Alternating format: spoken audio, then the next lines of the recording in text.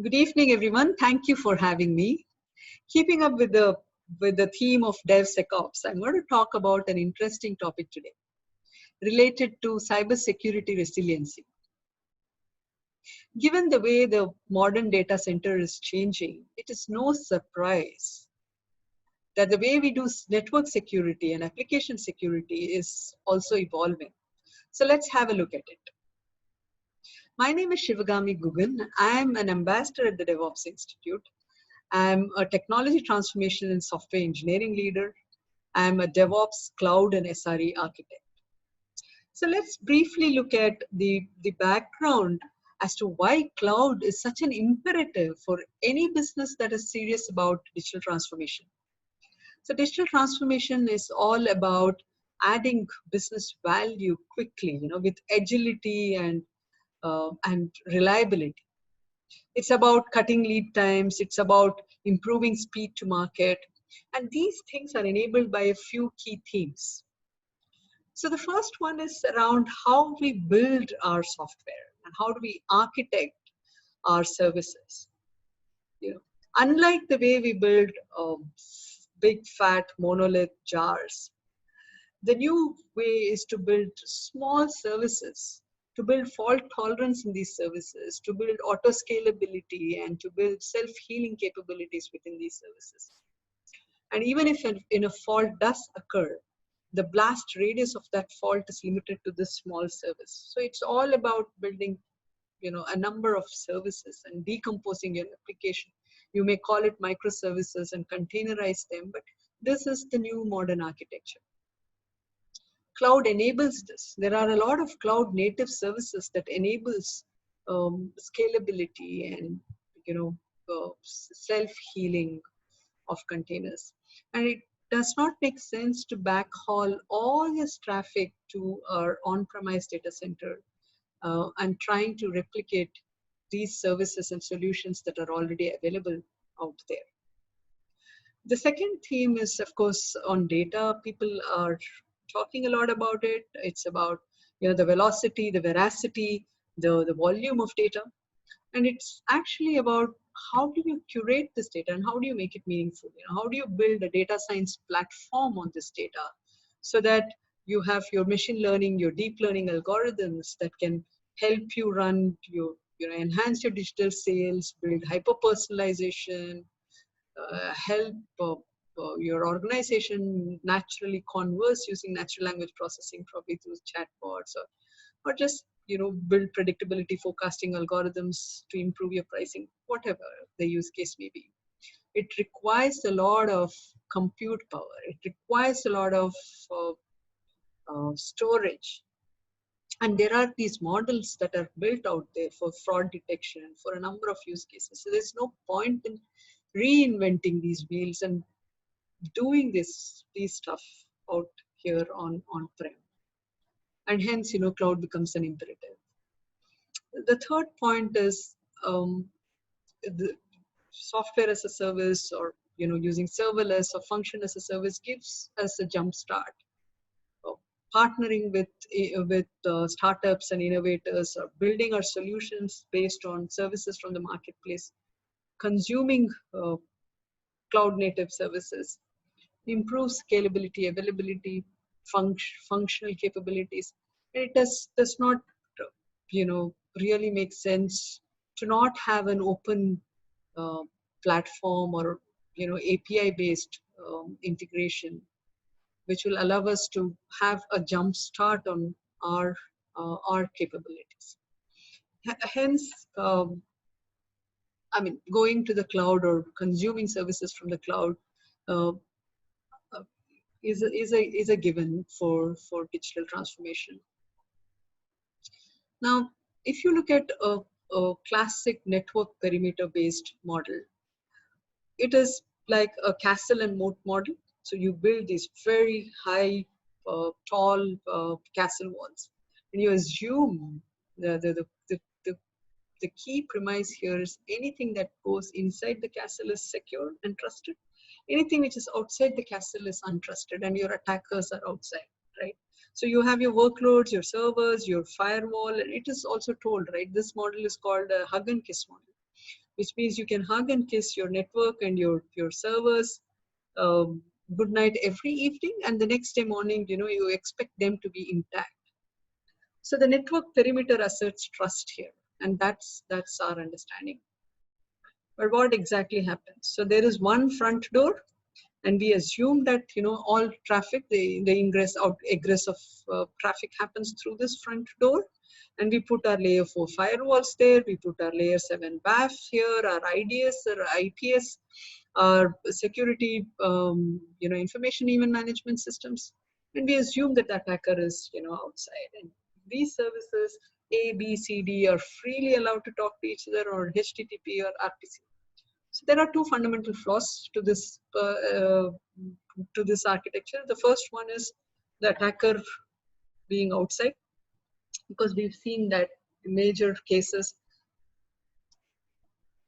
the attacker is somebody from internal, and it doesn't mean that people have done things intentionally. It could be an inadvertent action, somebody opening a phishing email, but then you have a flat network and the infection really spreads really very fast, because it's almost like there's no defense in depth. It's almost like have it all or nothing kind of a defense. So that's the first assumption. And the second assumption is, if you really look at the modern um, network, the network perimeter is actually much beyond your data center perimeter. Even if you have not done IaaS, right? You've not adopted cloud, or you've not gone SaaS. The way we connect from our homes, remote connections, the corporate smartphones and the laptops connect through VPN. Your partners connect through site-to-site VPN. You have your Wi-Fi access points. And all of these things actually defeats that premise that we have just one front door. So there are several front doors, and all these front doors have to be guarded. So these are our challenges, and extending it to IoT devices and operational, device connections and all of that, making it even more complicated. It just means that there is no well-defined perimeter. So we have a very dynamic perimeter, and we have to go and look beyond network-based access. We have to do something more intelligent. In addition, if our services, given that we are going to do a lot more deployments, if there may be zero-day vulnerabilities that the hackers look at. There could be outdated libraries, firmware, your software. So that hygiene doesn't go away. Even if you're going to implement something which is more intelligent, there are certain basic hygiene that has to be adhered to, like out-of-date libraries and zero-day vulnerabilities. So in the changing world, we will have to do something more intelligent. The whole concept of the threat itself accelerating, I'm not going to spend a lot of time on this, but from the classic decades long mass distribution of malware, it has now become very sophisticated, laser sharp attacks based on social engineering. The hackers know where you have been the previous day. They look at the very targeted emails and phishing, asking for your account details. There is also another trend that we have looked at, which is to have malware which is not a file anymore. These are scripts. These are some, it could be a shell script. It could be any kind of a bash script. Just drop the script into your memory, and then there is infection, right? And then this infection in a network perimeter based approach is going to be very difficult to manage. And of course, we're talking about you having your CIDR and you having your VLANs, but still, usually you have hundreds of services and hundreds of machines even within a VLAN. So it becomes all the more difficult to address these accelerating threats.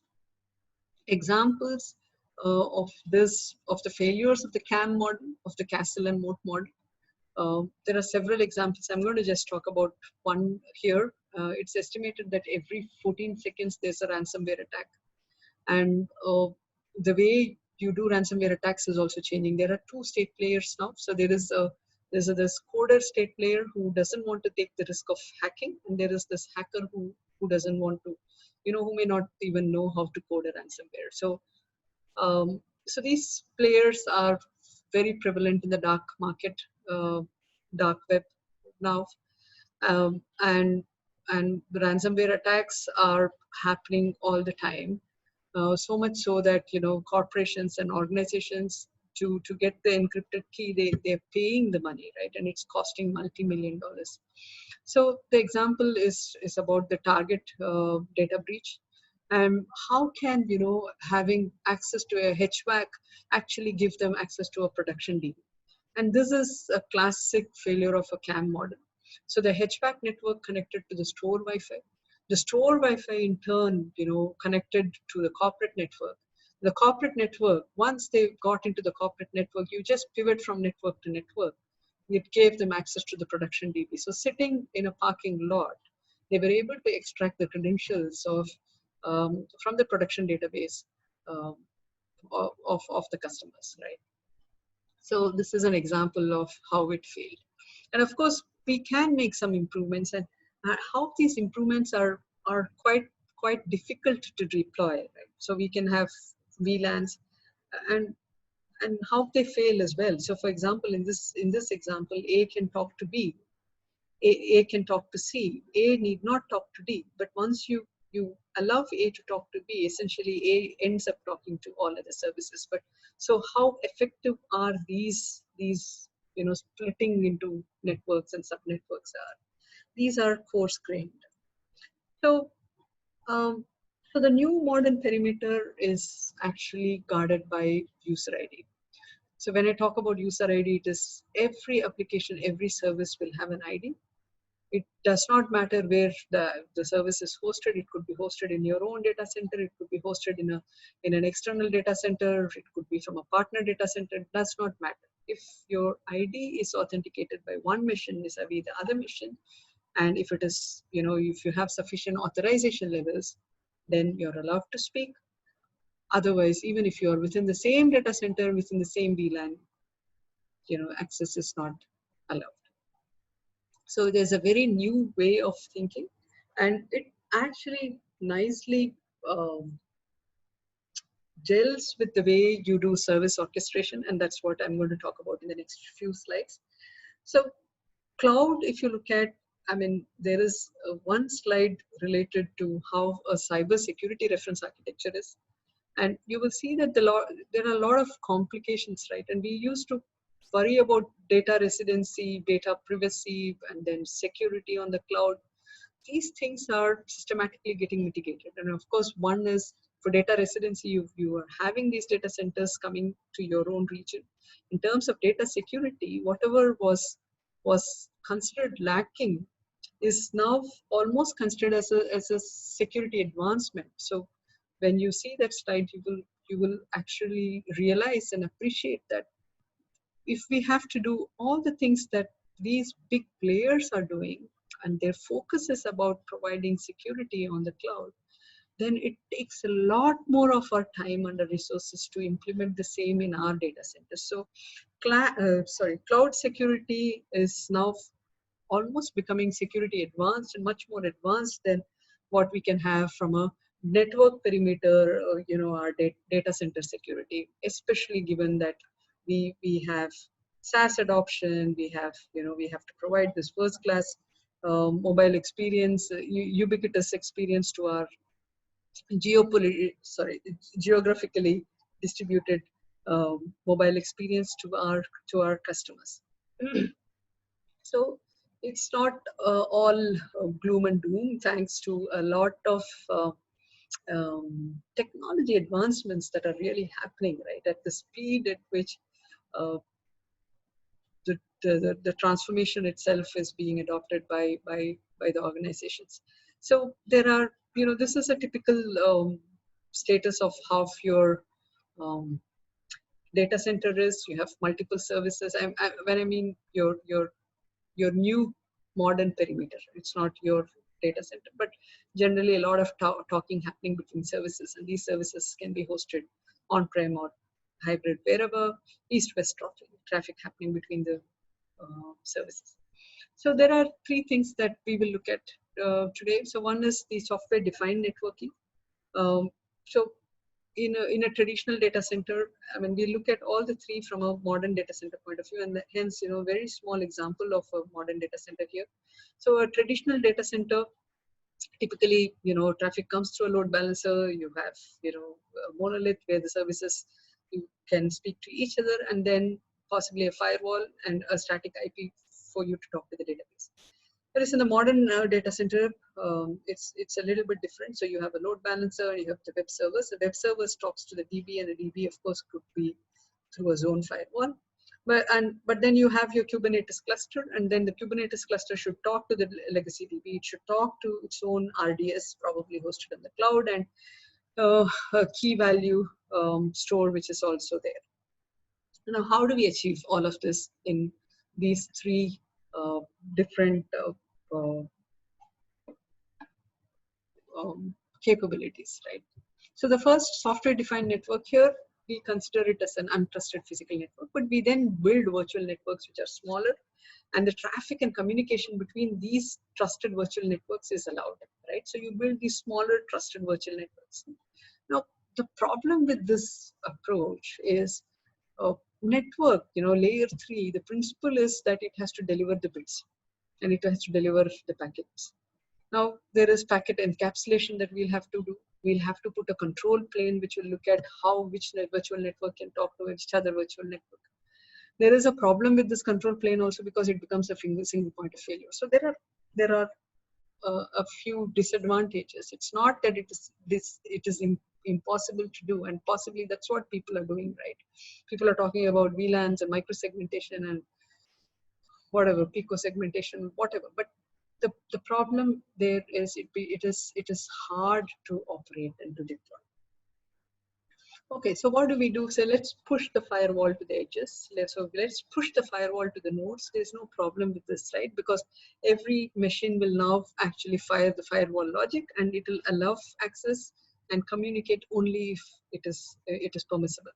So the problem here again is you're tying the ID to an IP, and there are lots of services, for example, schedulers like Kubernetes or even ECS. These schedulers do not have a single IP. They control lot of services with a single IP. So it is not going to be possible to have a granular control on these services from a security point of view. Also, the second problem is NAT gateways or your load balancers or VPNs. They often translate your IP. You have your public IP, and then you have your private IP, and there's a translation which happens through your NAT gateways. This is going to be very difficult to manage when you're going to tie your ID to your IP address, and that's the disadvantage of SDF or software-defined firewalls. Okay, so let's talk about zero trust networking now, or the zero trust model. How do we really move from a CAM model to the ZTM model, right? So here it is still, we're considering a very physical flat network. There is zero trust from wherever you come, even from within your own VLAN. And this service identification is now moved to a logical layer. So your ID and access and your security parameters are actually between machines. It is imposed at the edge, which means if you can implement it properly, which is that every application will have an ID, which is generated through a certificate, which is distributed to these these applications or these services. And whenever a communication channel has to be opened between the services, there is a mutual TLS, which means the web server asks the DB server if it is authenticated, and the DB server in turn asks if this web server is authenticated, and and is a valid web server that can talk to the DB server, right? Apart from that, there are access controls and intentions, what we call intentions, that can be applied in real time. And this is the difference between authentication. Yes, the web server can talk to the DB server, but what kind of authorization does it have? What level of authorization does it have on the DB? So this is, an example, a very simple logical example of how you can implement, and this nicely ties to some of the service meshes that are being available, right? Service mesh allows for orchestration of services. It allows for registration of services. It allows for segmentation of services. It allows for communication between the services. And the security using mutual TLS is actually a part of these service meshes. So access to service is based on what we call user ID. The access to service must be authenticated, it should be authorized, and the communication should be encrypted. And you can have access policies. Geo-mapping is just one of the examples here. You can have any kind of access policies. Now, if you look at Google, Google calls it as Beyond Corp. Beyond Corp and ZTM are similar, very similar.